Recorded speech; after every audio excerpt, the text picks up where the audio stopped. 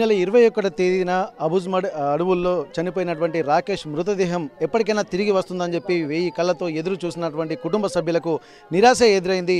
ఇప్పటి వరకు వాళ్ళ బంధువులు వచ్చేదాకా వెయిట్ చేశారు. కానీ నిన్న అంత్యక్రియలు జరిగిపోయాయి, దహన సంస్కారాలు పూర్తయ్యాయి అన్నటువంటి వార్త తెలిసిన తర్వాత వారి మనసు కకావికలమైపోయింది. వాళ్ళ ఆలోచనలు కానీ వారి ఏడుపులు కానీ అరణ్య రోదనగా మారుతున్నటువంటి పరిస్థితి. ప్రస్తుతానికి వాళ్ళ కుటుంబ సభ్యులు కూడా చాలా ఆవేదన భరితమైనటువంటి వాతావరణం ఉన్నారు. రంజిత్ కూడా వాళ్ళ అన్న అంటే తమ్ముడు ఎట్టి పరిస్థితుల్లో చివరికి చూపైనా చూస్తామని చెప్పి వాళ్ళ తల్లిదండ్రులకు అలాగే వాళ్ళ అమ్మకు కూడా ఇంటికి ఓదార్పునిస్తూ తమ్ముడు వస్తాడన్నటువంటి ఒక సముదాయించేటువంటి ప్రయత్నం చేశాడు. కానీ చివరికి ఉట్టి చేతులతోనే వాళ్ళ అక్కడి నుంచి రావడంతో కూడా తను కూడా తట్టుకోలేక చాలా గుండెల విషయాలు రోధించినటువంటి పరిస్థితి. రంజిత్, ఇప్పుడు రాకేష్ వస్తారన్నటువంటి ఆలోచన అందరికీ ఉండే, కానీ కుటుంబ సభ్యులు కూడా వారం రోజుల నుండి ఇంటికి వస్తున్నారు వెళ్తున్నారు, అంతిమయాత్రలో ఉందాము చివరి చూపైనా చూసుకుందాం అన్నటువంటి ఆలోచనలతో చాలామంది వస్తున్నారు వెళ్తున్నారు. కానీ ఇప్పుడు చూసేసరికి చివరికి అందరికీ నిరాశ ఎదురైంది. ఎట్లాంటి పరిస్థితులు ఇక్కడ ఉన్నాయనుకోవచ్చు. అసలు ఎందుకు ఈ డెడ్ బాడీ అప్పగించలే అనుకుంటున్నారు?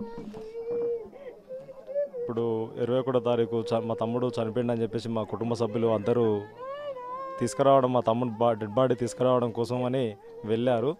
అక్కడ ఉన్న బీజేపీ గవర్నమెంట్ ఏం చేసిందంటే శవాన్ని ఇగో ఇస్తాం, రేపిస్తాం, ఇప్పుడు ఇస్తాం అని చెప్పేసి కాలయాపన చేస్తూ శవాలు మురిగిపోయి పురుగులు పెట్టి స్మెల్ స్ప్రెడ్ అయ్యే వరకు శవాన్ని ఇవ్వకుండా అక్కడ పోయిన వాళ్ళను అక్కడ ఉన్న ఆర్ఎస్ఎస్ గుండాలు కానీ బీజేపీ నరహంతక పాలకులు కానీ పోలీసు వ్యవస్థ కానీ మా కుటుంబ సభ్యులను హత్య చేసే ప్రయత్నంగా వాళ్ళను చాలా ఇబ్బందులు పెడుతూ పాపం వాళ్ళు వెళ్ళిన వాళ్ళకు కూడా కనీస తిండి సౌకర్యాలు లేకుండా వాళ్ళను ఇబ్బందికి గురి చేసి అక్కడ ఉన్న ప్రభుత్వం పోలీసులు చాలా ఇబ్బందికి గురి చేసి వాళ్ళను ఏదో చేద్దాం ఇక్కడి నుంచి చంపే ప్రయత్నం చేసి ఆ శవాలను ఇవ్వకుండా వెళ్ళగొట్టేద్దామన్న ఆలోచనతో మా తమ్ముడు శవాలను కానీ పెద్ద ఆయనది బసవరాజు మన ఆయనది నంబల కేశవరావు గారిది వీళ్ళ శవాలు అక్కడ ఉన్న మిగతా వారికి కూడా ఇవ్వకుండా కాలయాపన చేసి ఒక ఎత్తుగడతోటే కాలయాపన చేసి ఆ శవాలను ఇవ్వకుండా మా కుటుంబ సభ్యులను వెనుదిరిగేలాగా చేసి మేము ఇక్కడే కాలేస్తాం, ఖననం చేస్తాం, మీరు సంతకాలు పెట్టండి అని చెప్పేసి బెదిరించి అక్కడున్న గుండా రాజకీయ బీజేపీ ప్రభుత్వం సంబరపడుతుంది కావచ్చు. వాళ్ళను చంపేసాం మేము అని చెప్పేసి డ్యాన్సులు చేస్తున్నారు అక్కడ ఉన్న డిఆర్జీ గవర్నమెంట్స్ కానీ పోలీసు వ్యవస్థ కానీ గుండా రాజకీయ బీజేపీ ప్రభుత్వం కానీ వాళ్ళని చంపగలిగారు. కానీ వాళ్ళ ఆశయాలను వాళ్ళ సిద్ధాంతాలను మీరు ఎన్ని చేసినా కూడా మీరు ఎప్పటికీ చేయలేరు, అంతం చేయలేరు. ఎందుకంటే సిద్ధాంతం ఒక మనిషిని చంపుతావు కానీ అతను ఉన్న ఆశయాన్ని మాత్రం నువ్వు ఎప్పుడు చంపలేవు. మా తమ్ముని ఆశయం చిరకాలం వరకు మేము కొనసాగిస్తాం. మా తమ్ముడు చూడకుండా చేసావు కానీ మా తమ్ముని చూడడానికి ఎంతో మంది వస్తున్నారు. మా తమ్ముని కన్నం దాన సంస్కారాలు చూడడం కోసం ఎక్కడెక్కడి నుంచో చాలామంది వస్తున్నారు. అలాంటిది మా తమ్ముడు చూడడం కోసం వచ్చిన వాళ్ళు మా తమ్ముడు పలకరింపుగా అనిపిస్తుంది నాకు ఇప్పటికీ కూడా. ఎందుకంటే మా తమ్ముడు మాతో చిన్నప్పటి నుంచి మా తమ్ముడిని తినబెట్టుకొని ఎత్తుకొని పెంచిన కాబట్టి మా తమ్ముడు ప్రతి దానిలో నాతో పాటు తోడుగా ఉండేవాడు. మా తమ్ముడు ఇప్పుడు లేడని చెప్పి బాధపడుతున్నాం. కానీ మా తమ్ముని సిద్ధాంతాలు మా తమ్ముని ఆశయాలు పార్టీ ఉన్నంత వరకు గుర్తుంటుంది. ప్రజల్లో కూడా మా తమ్ముడు చేసిన పనులు కూడా సిద్ధాంతాలు మా తమ్ముని ఆశయాలు ఎప్పుడు కొనసాగుతూనే ఉంటాయి. విద్యార్థి దశ నుండే కూడా ఎంతో చైతన్యవంతమైనటువంటి పాత్ర పోషించినటువంటి రాకేష్ ఆ తర్వాత ఉద్యమంలోకి వెళ్ళిన తర్వాత కూడా తను బయటికి వెళ్ళిపోయిన తర్వాత కూడా మళ్ళీ ఎప్పుడు కలవకపోవడము, మళ్ళీ కలిసేటువంటి అవకాశం రాకపోవడము, చివరికి చనిపోయిన తర్వాత కూడా డెడ్ బాడీ చూసుకుందామన్నటువంటి చూసుకోలేనటువంటి పరిస్థితులు అందరినీ మనసులను కూడా చాలా కకావికలం చేస్తున్నటువంటి పరిస్థితి. రాకేష్ తోటి కొంత అనుబంధం ఉన్నటువంటి రాకేష్ మిత్రులు కూడా మనతో ఉన్నారు. ఒకసారి ప్రభంజన్, ఎట్లా మీ వాతావరణం? ఎందుకంటే రాకేష్తో ఉన్నటువంటి అనుబంధం ఏంటి నీకు? అసలు ఇట్లాంటి పరిస్థితులు ఉంటాయని ఎప్పుడైనా ఊహించవా? తాడతపీడిత ప్రజల కొరకు పనిచేసి అమరుడైనటువంటి రాకేష్కు విప్లవ జోహార్లు తెలియజేస్తూ, ముఖ్యంగా మావోయిస్టు సమస్య అనేది ఒక సామాజిక ఆర్థిక రాజకీయ సమస్య. దీన్ని గవర్నమెంట్ ఒక శాంతి భద్రతల సమస్యగా చూస్తూ ఇలా తన దేశ పౌరులనే చంపొద్దని చెప్పేసి సుప్రీంకోర్టు క్లియర్గా చెప్పింది. అయినా కానీ ఇలా పిట్టలు కాల్చినట్టు కాలుస్తూ ఇవాళ తల్లులకు ఉదయ శోకం మిగిలిస్తున్నారు. ఇది చాలా తప్పుడు చర్య. దీన్ని ఖండిస్తున్నాను, తీవ్రంగా ఖండిస్తున్నాను. ఇట్లాంటి గవర్నమెంట్ వెంటనే శాంతి చర్చలు జరపాలని చెప్పేసి డిమాండ్ చేస్తున్నాం.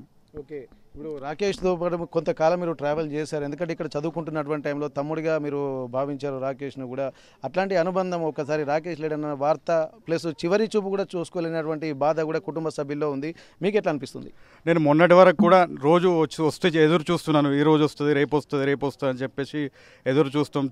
చివరికి తమ్ముడిని చూడలేకుండా పోతాం అని చెప్పేసి చాలా బాధాకరంగా ఉన్నది.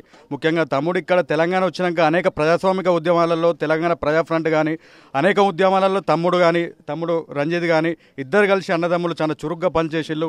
కానీ ఇప్పుడు తమ్ముడు లేకపోవడం అనేది చాలా బాధాకరమైన విషయంగా తెలియజేస్తున్నాను నేను. ఓకే, నిజంగా తెలంగాణ ప్రజా ఫ్రంట్ ఉద్యమంలో చాలా చురుగ్గా పనిచేసినటువంటి రాకేష్ ఇక్కడ లేడన్నటువంటి వార్త ఒక రకమైనటువంటి బాధ, అంటే చివరి చూపు నోచుకోకపోవడానికి కూడా చాలా ఇబ్బందిగా ఫీల్ అవుతున్నటువంటి పరిస్థితి ప్రస్తుతానికి రాకేష్ అమ్మమ్మ. ఒకసారి ఎందుకంటే ఆమె హృదయ రోదన మిన్నంటుతున్నటువంటి పరిస్థితి.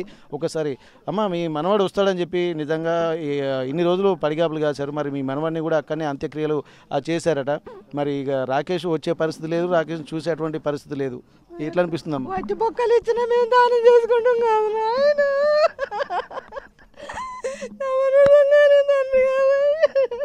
నా ఇల్లు దొరక 9 ఏళ్ళు అయ్యిందయ్యా. నా భర్తకు చేసి అవతల పడ్డాడు అయ్యా. నా భర్తను కాపాడిండు, సచ్చటాన్ని బతికిచ్చిండు పోయిండు అయ్యా. మా కడుపులు కాల్చిన నాయన, మమ్మల్ని అందరూ పిచ్చోళ్ళు చేసిపోయిండు తండ్రి.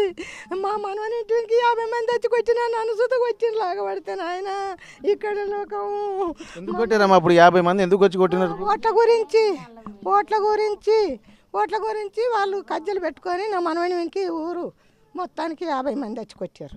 కొడతాంటే నేను ఆగబడితే సుతి ఇక్కడ కొట్టారు నన్ను. ఇక జబ్బగా మిలిపోయింది. నా అల్లుని కొట్టారు, నా బిడ్డను కొట్టిండ్రు. మా పరిస్థితులు మంచిగా లేవు అప్పుడు. ఇక నా మనవాడు చదువుకొని పోతాంటే సుత చెప్తేంది నా మనవాడు చెప్పకుండా ఇక పోయిండు. మాకు చెప్పాలి. కొంతమంది మహిళలు కూడా వారు వచ్చినటువంటి పరిస్థితి ఎట్లుందమ్మా? రాకేష్ వస్తాడని చెప్పి అనుకున్నారు, డెడ్ బాడీ రాకపోవడం ఎట్లా చూస్తున్నారు మీరు? కొడుకు వస్తాడని కనీసానికి కుళ్ళిపోయిన శవం ఇస్తారని కూడా ఈ రోజు వరకు మేము ఎదురు చూసినాం. కనీసానికి మా కొడుకును అప్పచెప్పలేదు. మా అన్న వాళ్ళు 6 రోజులు అక్కడ ఉండి వచ్చిండ్రు. వాళ్ళ రాక కోసం వాళ్ళు అక్కడ అబ్బాయి కోసం ఎట్లా చూస్తారో ఇక్కడ మేము వాళ్ళ కోసం అట్లా చూసినాం.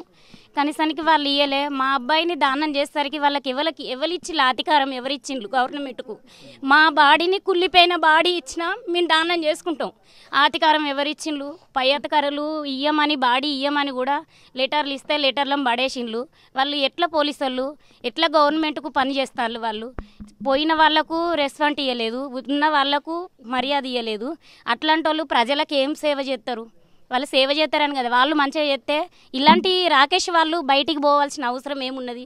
వాళ్ళు బరాబరి మంచిగా చేస్తే వాళ్ళు చేయలేకనే కదా ఇలాంటి వాళ్ళు కోపంగా పోయినా కూడా వాళ్ళు ప్రజలకు మంచి స్థానం చేసిండ్రు. వీళ్ళలాగా దోసుక తినలేదు. వాళ్ళు మంచిగా చేసిన వాళ్ళనే అలా పిట్టలను కాల్చినట్టు కాల్చేసి ఆ శవాన్ని కూడా మాకు ఇవ్వకుండా చేసిండ్రు. కానీ గవర్నమెంట్ బతికున్న మనిషిని సాధించిండ్రు, సచ్చిన మనిషిని కూడా సాధించిండ్రు. మాకు చాలా బాధాకరంగా ఉన్నది. కానీ అది ఎంతవరకు న్యాయం ఆ గవర్నమెంట్కు తెలియదు. ఇక ఓకే, ఇప్పటి వరకు ఓవరాల్గా నేను గత 3 రోజుల పరిణామాలు కనుక గమనిస్తున్నట్టయితే అందరి ఆలోచనలు కూడా ఒకటే. ఎందుకంటే ఇప్పటి వరకు ప్రభుత్వం తీసుకుంటున్నటువంటి చర్యలు, ఎందుకంటే ఈ దేశ పౌరులైనటువంటి వాళ్ళందరి మీద కూడా శత్రువులైనా సరే ఒక విచక్షణతోటి మెదలాల్సినటువంటి అవసరం ఉంది. ఎందుకంటే వామపక్ష భావజాలాన్ని ఇక్కడ రైటిస్ట్ వింగ్ ఒక నెగిటివ్గా చూస్తున్నటువంటి నేపథ్యంలో ఇవన్నిటిని కూడా సర్ది చెప్పుకుని, ఎందుకంటే మావోయిస్టుల నుంచే చర్చలు జరపాలన్నటువంటి విజ్ఞప్తులు వచ్చాయి. కానీ విజ్ఞప్తిని కూడా పక్కన పెట్టి ఇంత తీవ్రమైనటువంటి ఆలోచన ధోరణితోటి ప్రవర్తించకూడదన్నటువంటి ఆలోచనలు అయితే ఇక్కడ చేస్తున్నారు. కానీ ఇక్కడ ఆర్టికల్ 5th షెడ్యూల్ ప్రకారం కూడా ఇక్కడ ఆదివాసీల కోసం పోరాడుతున్నటువంటి వాళ్ళను జీవించే హక్కును ఆర్టికల్ 21 ప్రకారం, అలాగే భావ ప్రకటన స్వేచ్ఛ ఆర్టికల్ 19 ప్రకారం ఇవన్నిటినీ కూడా కాలరాస్తున్నటువంటి ప్రభుత్వాలు ఎవరి కోసం పనిచేస్తున్నాయన్నటువంటి ఒక ప్రశ్న తలెత్తుతుంది.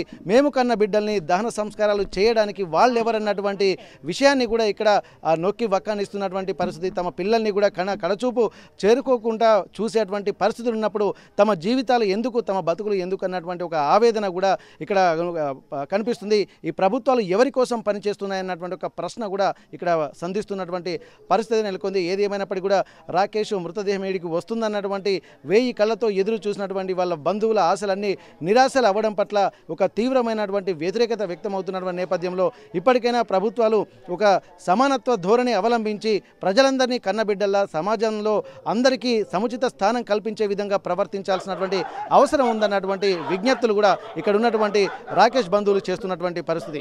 హనుమకొండ హసన్పర్తి మండలం చింతగట్టు నుండి కెమెరా పర్సన్ వంశీతో వెంకటరత్నం, RTV వరంగల్.